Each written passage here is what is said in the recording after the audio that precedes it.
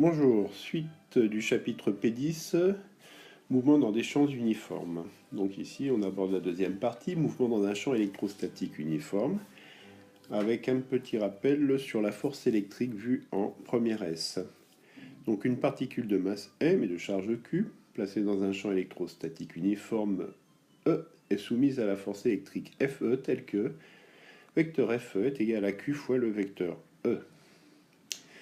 Alors, deux cas se présentent. Si Q est positive, Fe et E auront même direction et même sens. Si Q est négative, Fe et E seront des vecteurs de sens opposé. Alors, repères et conditions initiales.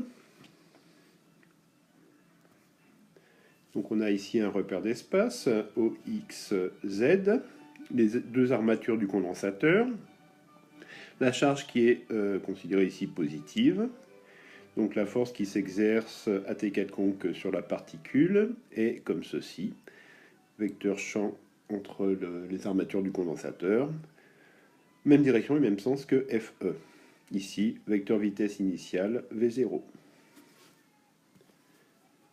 Alors, les conditions initiales. À t égale 0, la particule occupe l'origine du repère de coordonnées 0, 0, 0. Tandis que le vecteur vitesse initiale V0 a pour coordonnées donc V0 cos alpha, V0y égale 0 et V0z égale V0 sinus alpha. Alors, en fait, ici, on projette V0 sur OX. Ce côté est le côté adjacent à l'angle, donc cos alpha égale V0x sur V0. En projetant sur OZ, c'est le sinus de l'angle alpha, puisque c'est le côté opposé que l'on retrouve ici. Alors maintenant, le vecteur accélération. Donc pour déterminer le vecteur accélération, on fait un bilan des forces, BDF. Donc Fe, force électrostatique, et ici, on néglige le poids devant la force électrique. Pour montrer que Fe est très grande devant P, il suffit de former le rapport des valeurs de chaque grandeur. Un instant de date t quelconque, on applique la relation fondamentale de la dynamique, RFD, ou encore deuxième loi de Newton, à la particule chargée en vol entre les armatures du condensateur plan. Donc la somme vectorielle des forces extérieures, qui s'applique sur la particule, est égale à m fois a, vecteur accélération de son centre d'inertie. Ici, la particule est assimilée à un objet ponctuel.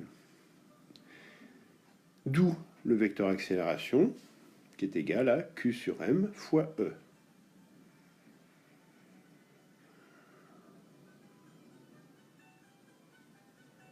Alors, ici, le vecteur E est parallèle au Z, donc le projeté sur les autres X et sur Y seront nuls.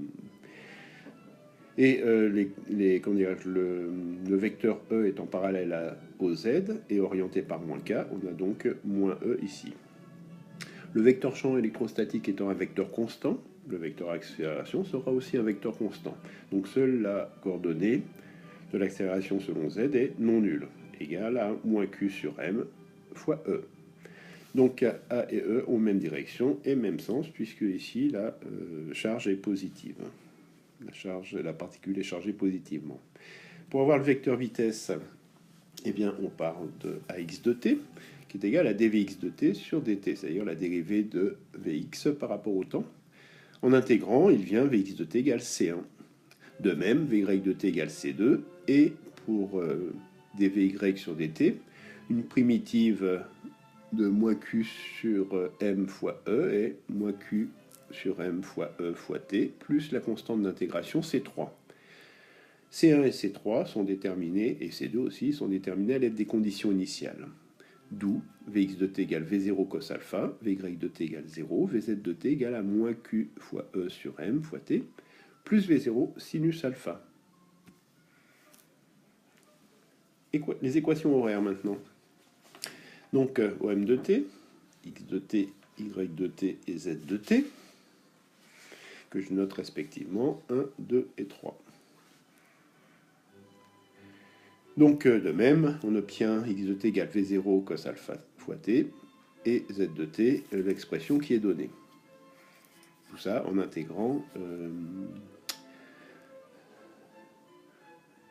à partir de Vx égale dx sur dt et Vz égale dz sur dt. Les équations horaires maintenant, les équations de la trajectoire, pardon. De 1, on exprime t, qui est égal à x sur v0 cos alpha, que l'on remplace dans 3. Je vous rappelle que obtenir l'équation de la trajectoire revient à éliminer le paramètre temps. Donc on effectue un changement de variable. Ici, z de x est égal à moins q fois e sur 2m v0 carré cos carré alpha fois x2 x au carré plus x tangente alpha. Donc c'est l'équation d'une portion de parabole, donc le mouvement est parabolique. Donc la concavité dépend du signe de Q. Je vous remercie.